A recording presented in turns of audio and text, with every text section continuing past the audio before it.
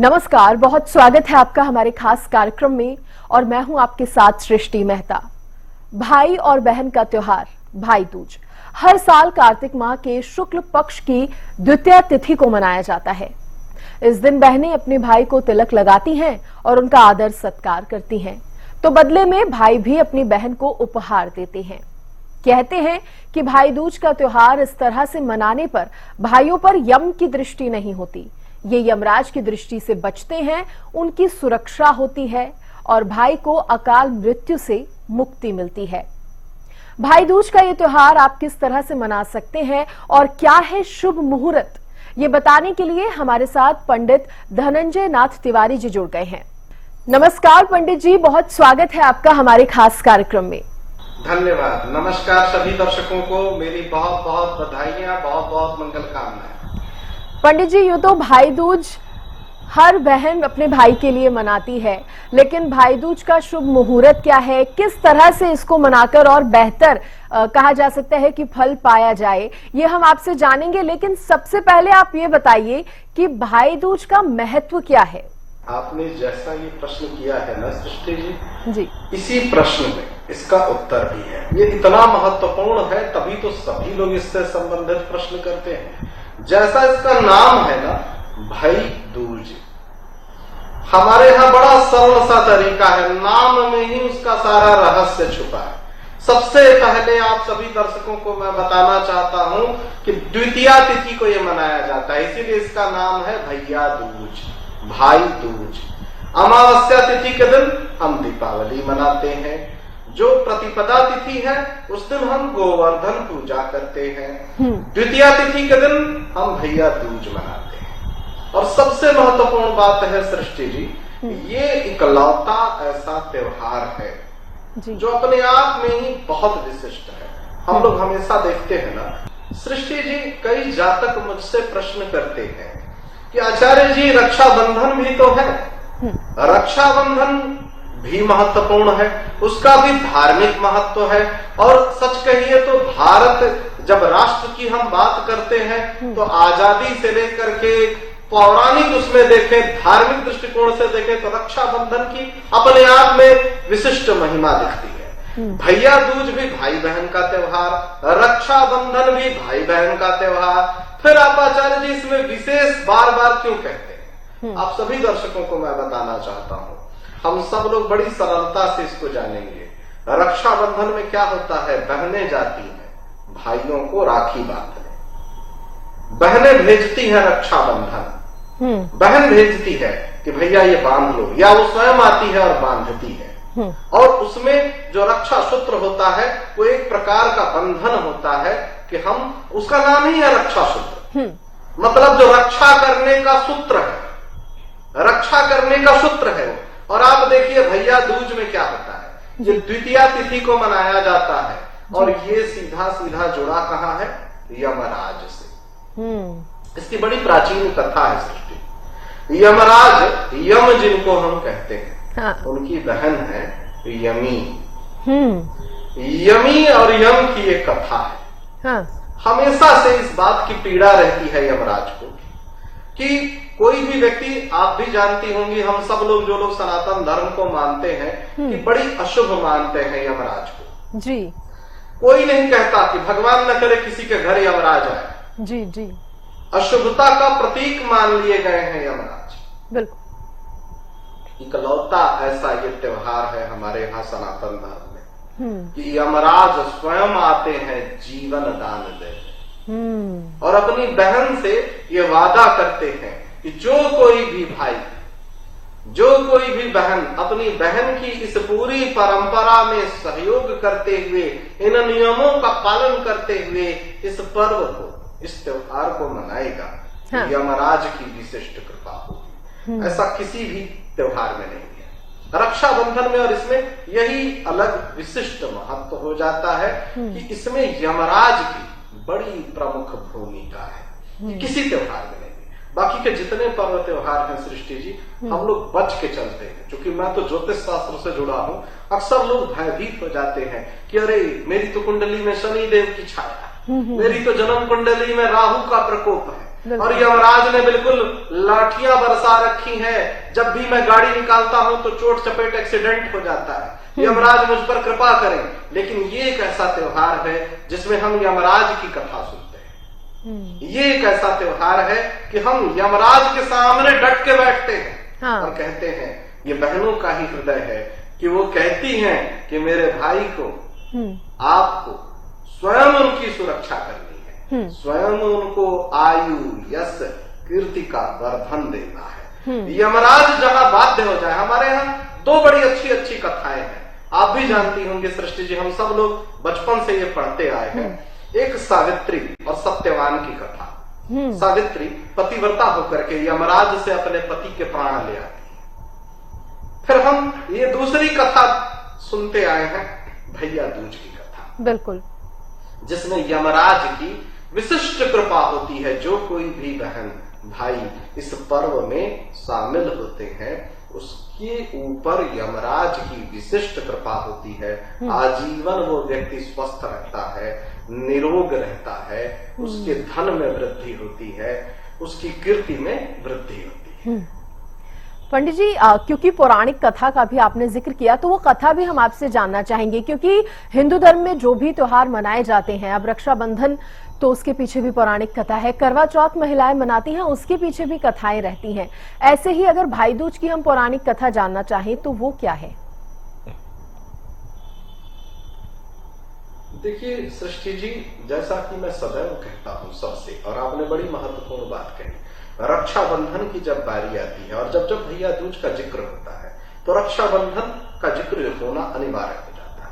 क्योंकि हमेशा से यह प्रश्न उठता है कि जब रक्षाबंधन जैसा विशेष त्योहार है तो फिर भैया दूज इतना महत्वपूर्ण क्यों? देखिए, कुछ चीजें होती हैं जो वैदिक परंपरा से प्राचीन काल से चली आ रही है और कुछ चीजें उसमें नई जुड़ जाती हैं। अब आप देखिए, सीधे सीधे मैं बड़ी सरलता से सभी दर्शकों को बताता हूं। और महाराज दशरथ और हमारे यहाँ पूजनीय है ये लोग, देवता। राजा दशरथ के यहाँ भगवान राम जी का अवतार हुआ और भगवान राम जी के यहाँ सनातन धर्म, हम सब लोग सनातन धर्म मानते थे। भगवान कृष्ण जी से जन्म लेने के पहले, उनके अवतार लेने के पहले भी सनातन धर्म था। तो इसका मतलब ये हो गया कि राजा दशरथ और उनके पूरे परिवार में दीपावली मनाई जाती थी, दशहरा मनाया जाता था। क्योंकि दुर्गा पूजा तो होती ही होगी ना, माँ दुर्गा की पूजा तो होती ही होगी राजा दशरथ जी के यहाँ। तो ठीक उसी प्रकार से पहले जब रक्षाबंधन भी अस्तित्व में नहीं था, तब से भैया दूज है। क्योंकि भगवान राम जी तो बाद में आए हैं, सनातन धर्म तो पहले से जी।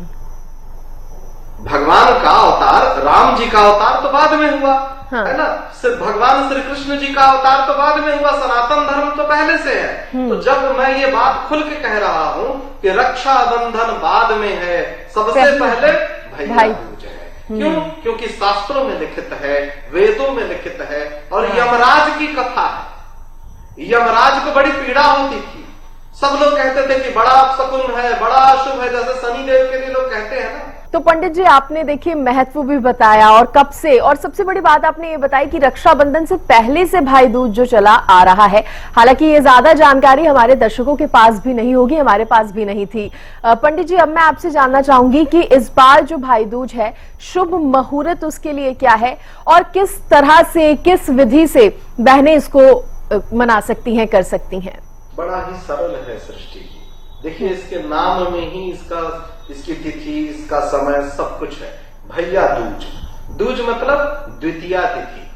तो हम अमावस्या के दिन दीपावली मनाते हैं। ठीक उसके अगले दिन जब हम अंग्रेजी तिथि से देखेंगे तो 31 तारीख को हम दीपावली मनाएंगे, 1 तारीख को हम गोवर्धन पूजा मनाएंगे और 2 तारीख जो अंग्रेजी तिथि से आएगी 2 नवंबर के दिन हम भैया दूज मनाएंगे।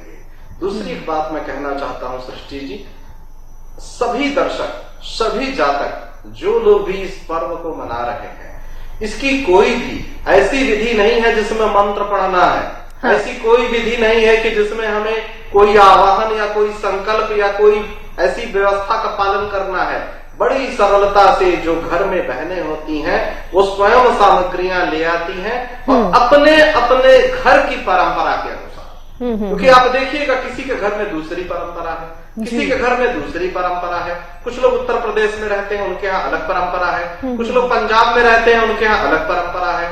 कुछ लोग हरियाणा में रहते हैं सब लोग सनातन धर्म के मानने वाले। जी। लेकिन अपनी अपनी, अब जैसे आप देखेंगे नवरात्रि में भी लोग व्रत करते हैं, तो किसी के यहाँ नमक का सेवन होता है, किसी के यहाँ नमक का सेवन नहीं होता। तो मैं आप सबसे कह रहा हूँ और बड़ी विनम्रता से अनुरोध कर रहा हूँ, इस बात को लेकर के चिंतित नहीं होना है, भ्रमित नहीं होना है कि मैं कोई गलत नियम तो नहीं कर रहा हूँ। ये जो नियम है भाई बहन के प्रेम का नियम है। तो सरलता पूर्वक जो आपके अपने घरेलू रीति रिवाज, जिनको शास्त्र कहता है लोकाचार, लोकाचार के नियमों का पालन करना चाहिए। जैसे विवाह में हम देखते हैं ना कि अलग अलग क्षेत्र के विवाह में अलग अलग परंपराएं होती हैं। सब लोग सनातन धर्म के मानने वाले। लेकिन अगर आप देखेंगी तो आपके घर में जब लड़कियों का विवाह होगा तो उसके नियम अलग हो जाएंगे, हमारे घर में जब लड़कियों का विवाह होगा तो उसके नियम अलग हो जाएंगे। तो आपको अपने अपने घर के नियम के अनुसार सारी सामग्री रखनी है और उन्हीं नियमों का पालन करके जिस प्रकार से आपके घर में परंपरा से होता आया है, ठीक उसी प्रकार से उन्हीं नियमों का पालन करिए और ठीक वैसे ही इस पर्व को मनाइए। जी पंडित जी, मैं आपसे ये भी जानना चाहूंगी, आजकल तो तरह तरह के उपहार आ गए हैं। बाजारों में अगर हम जाएं तो अलग अलग पैकिंग में मिठाइयां भी मिलती हैं, चॉकलेट्स भी आजकल दी जाती हैं। तो आप क्या इसके लिए खास बताएंगे? क्या मिठाई भाई को खिलाएं तो ज्यादा अच्छा रहता है, या अन्य कोल्ड ड्रिंक्स वगैरह इन सब के भी गिफ्ट जो हैं आजकल बहनें अपने भाइयों को देती हैं, तो ये सब कुछ भी दे सकते हैं? और भाई क्या उपहार दें अपनी बहन को, और भाइयों का उपहार देना क्या जरूरी होता है? देखिए, हमारे यहाँ शास्त्र कहता है भगिनी जो बहन होती है ना, जो कन्या है, वो हमेशा से पूजनीय है। सनातन धर्म में साफ साफ स्पष्ट रूप से वर्णित है कि सर्वश्रेष्ठ कौन है? नारी सर्वश्रेष्ठ है, उसमें कोई संशय नहीं है। कोई भी पुरुष सर्वश्रेष्ठ नहीं है, नारी ही सर्वश्रेष्ठ है। और हम सब नारी के ही कृपा से उत्पन्न हुए हैं, है ना। तो ये तो इसमें कोई भी मतलब संशय रखना ही नहीं है, पूजनीय है। और हमें अवसर मिला, उनसे आशीर्वाद मिल रहा है। आप ये देखिए ना, हमें जीवन मिल रहा है, हमें आयु मिल रही है, हमें स्वास्थ्य मिल रहा है, हमें धन मिल रहा है, और बदले में अगर हम एक छोटा सा उपहार दे रहे हैं तो क्या दे रहे हैं? जो कुछ भी आपकी क्षमता हो, सोना चांदी हीरे जवाहरात कपड़े या अलग अलग आधुनिक उपहार भी।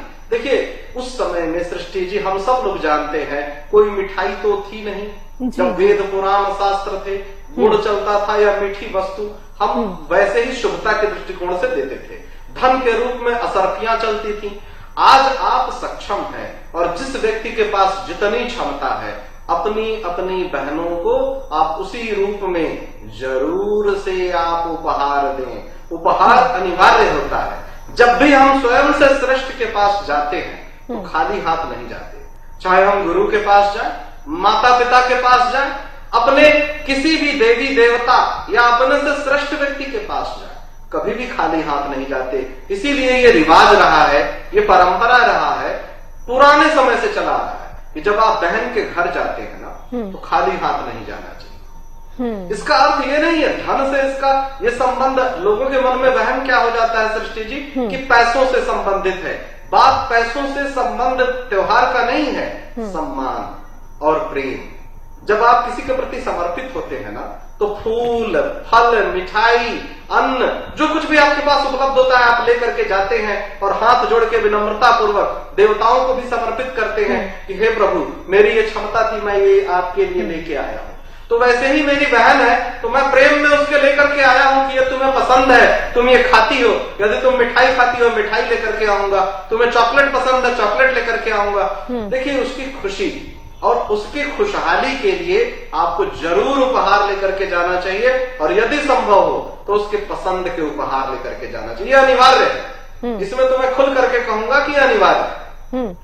पंडित जी, टाइमिंग्स को लेकर भी मैं आपसे जानना चाहूंगी, क्योंकि आजकल हम देख रहे हैं ज्यादातर त्योहार जो है वो कुछ इस तरह से रहते हैं कि दिन के आखिर में वो शुरू हो रहे हैं। कई त्योहार ऐसे होते हैं कि शाम के समय में, हमने कई बार रक्षाबंधन को भी अगर समझा है, उसके मुहूर्त को समझा है, तो कई बार ऐसा होता है कि सुबह राखी नहीं बांधनी, दिन में राखी नहीं बांधनी, लेकिन शाम को मुहूर्त पड़ रहा है।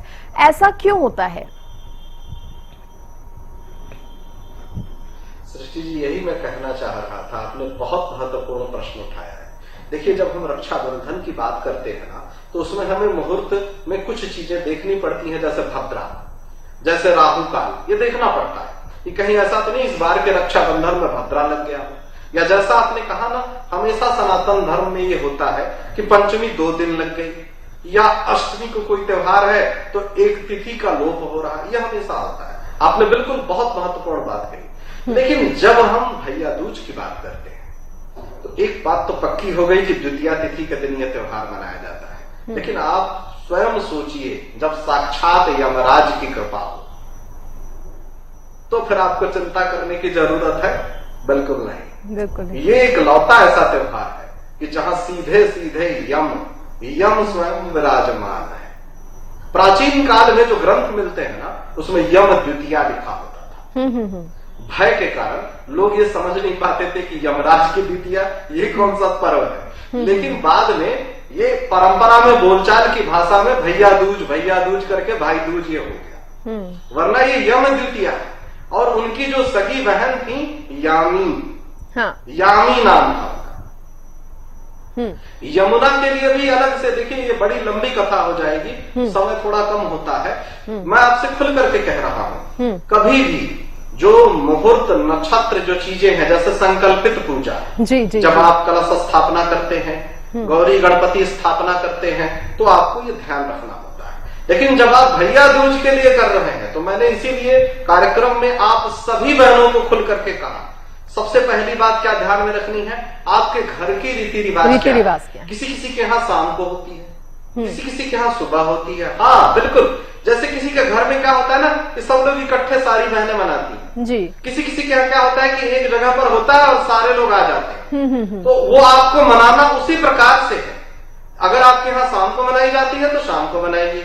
हाँ, रह गई बात द्वितीया की, ये मैंने आपको खुल करके बता दिया कि द्वितीया कब है। 31 तारीख को अमावस्या, 1 तारीख को प्रतिपदा और 2 नवंबर को द्वितीया जी। 3 नवंबर को भी द्वितीया तिथि रहेगी। 3 नवंबर को ऐसा नहीं है कि द्वितीया तिथि नहीं रहेगी, और वो गलत नहीं होगा। यदि कोई व्यक्ति कहता है कि आचार्य जी 2 दिन है, तो हम कंफ्यूज्ड हैं, हम भ्रमित हैं कि 2 तारीख को मनाए कि 3 तारीख को मनाए। 3 तारीख को आप मना लेंगे तो गलत नहीं होगा, 2 दिन है। रह गई बात, जैसे जन्माष्टमी को भी लेकर के लोग कहते हैं, बिल्कुल सृष्टि जी, लोग कहते हैं ना कि जन्माष्टमी 2 दिन पड़ गई, तो 2 दिन क्या जन्म का उत्सव है भाई, ये कोई तंत्र मंत्र थोड़ी है। 2 दिन क्या पूरे महीने नाचो गाओ, ये तो भैया दूज है, 2 दिन मिल रहा है, 2 दिन उत्सव मनाओ जी। 2 तारीख भी है, 3 तारीख भी है, इसमें कहीं कोई। और आप कह रहे हैं कि दोनों ही तारीखों को पूरा दिन मुहूर्त रहेगा, पूरा दिन कभी भी भाई दूज कर सकते हैं। बिल्कुल खुल करके आप मनाइए। केवल इस बात का ध्यान रक्षाबंधन में देखना होता है कि भद्रा नहीं लग रहा है, या कोई ऐसा कोई काल नहीं लग रहा है जिसमें हम यदि रक्षा सूत्र बांधेंगे तो हमारे भाई को कष्ट ना हो जाए। इसलिए उस बात का ध्यान रखना होता है। ठीक है पंडित जी, आखिर में मैं आपसे ये भी जानना चाहूंगी, क्योंकि आपने कहा कि ये यम का दिन होता है और यम कहीं ना कहीं आशीर्वाद देते हैं। पूजा का कितना महत्व है यहाँ पर, इसलिए कि अगर भाई और बहन ये त्योहार मना रहे हैं, तिलक लगा रही है बहन अगर अपने भाई को, तो उससे पहले पूजा पाठ कर लेना चाहिए। और क्या यम को भी याद कर लेना चाहिए, यम से भी हाथ जोड़कर नमन कर लेना चाहिए कि भाई की रक्षा करे। देखिए सृष्टि जी, मैं आपको खुल के कहता हूँ, आप स्वयं बहन हैं जी, ठीक है, आपके भी भाई होंगे, तो मैं स्वयं भाई हूँ। भाई बहन में एक दूसरे को पूजने का कोई रिवाज नहीं है, बल्कि झगड़ा करते हैं भाई बहन, है ना। तो बहन लड़ती है कि तुम मेरे घर आओगे कि नहीं, है ना। तो ये अधिकार हो जाता है बहन का, और बहन लड़ेगी, और बिल्कुल लड़ना चाहिए। किससे लड़ने जाएगी, और उसका अधिकार होता है कि मुझे अच्छे अच्छे उपहार ला के दो। और यमराज भी बाध्य है, यमराज भी बाध्य है। तो इस दिन के लिए तो आप बिल्कुल बेफिक्र हो जाइए। यमराज ने आशीर्वाद दिया है कि आप यदि तिलक लगा रही हैं तो भाई की आयु तो कोई छीन ही नहीं सकता। जी। आपको परम पिता परमेश्वर का ध्यान करना है, यमराज का ध्यान करना है कि हे प्रभु, जो कुछ भी इस धरती में दुख है, जो कुछ भी इस धरती पर पीड़ा है, जो कुछ भी चिंताएं हैं, मेरे भाई से सदैव दूर रहे। ये प्रार्थना करनी है बस। बाकी आप यमराज के ऊपर छोड़ दीजिए, ये दिन ही उन्हीं का है और उन्होंने पहले ही आशीर्वाद दे रखा। और इस चक्कर में आपको नहीं पड़ना है कि कोई मंत्र जाप करना है, कोई हवन करना है, कोई पूजा करनी है। ये बिल्कुल भी आपको भयभीत नहीं होना है, क्योंकि ये तिथियां, इसीलिए मैं इसमें खुल करके कहता हूं सृष्टि जी कि कुछ चीजों में आपको बिल्कुल इन चीजों की मान्यताओं में नहीं फंसना है। वो पूजाएं अलग होती हैं। जैसे नवरात्रि का पाठ है तो वहां तो आपको विधि विधान से मंत्र का पाठ करना ही चाहिए, उसमें कोई ढिलाई नहीं चलेगी। अब आप हनुमान चालीसा का पाठ कर रहे हैं तो उसमें ढिलाई नहीं चलेगी, शुद्ध शुद्ध सही सही तरीके से पढ़िए। लेकिन भाई बहन को तिलक लगाने की बारी है तो उसमें कौन सा क्या करना है, उसमें तो खूब उत्सव मनाइए, उपहार के लिए झगड़ा करिए, यमराज की विशेष कृपा है और जीवन आयु स्वास्थ्य हमेशा से शुभ रहेगा। तो पंडित जी, यही एक ऐसा त्योहार है जिसमें भाई बहन लड़ झगड़ते हैं तो वो उस दिन भी लड़ झगड़ सकते हैं, और बल्कि बहनें तो यमराज से भी अपने भाई की लंबी उम्र की कामना कर सकती हैं। और जिस तरह से आपने बताया कि यमराज भी बाध्य हैं भाई की रक्षा करने के लिए। बहुत शुक्रिया पंडित जी, बहुत धन्यवाद आपका। आप हमारे साथ जुड़े और हमारे दर्शकों को आपने इतनी अच्छी अच्छी बातें बताई और बताया कि भाई दूज कैसे मना सकते हैं। धन्यवाद, नमस्कार। सभी दर्शकों को बहुत बहुत मंगल कामना। जी शुक्रिया। तो देखिए, हमारे खास कार्यक्रम भाई दूज स्पेशल में आपने जाना पंडित धनंजय नाथ तिवारी जी से कि भाई दूज ही एक ऐसा पर्व है जिसमें ज्यादा नियम कायदे फॉलो करने की आपको जरूरत नहीं है। बस हाँ, सच्चे मन से बहनें अगर अपने भाई के माथे पर तिलक करती हैं तो भगवान बहन की हर वो बात सुनता है और भाई की रक्षा का जो वचन है वो जरूर देता है। चलिए, इसी के साथ हमारे खास कार्यक्रम में इतना ही। आप देखते रहिए हरियाणा न्यूज।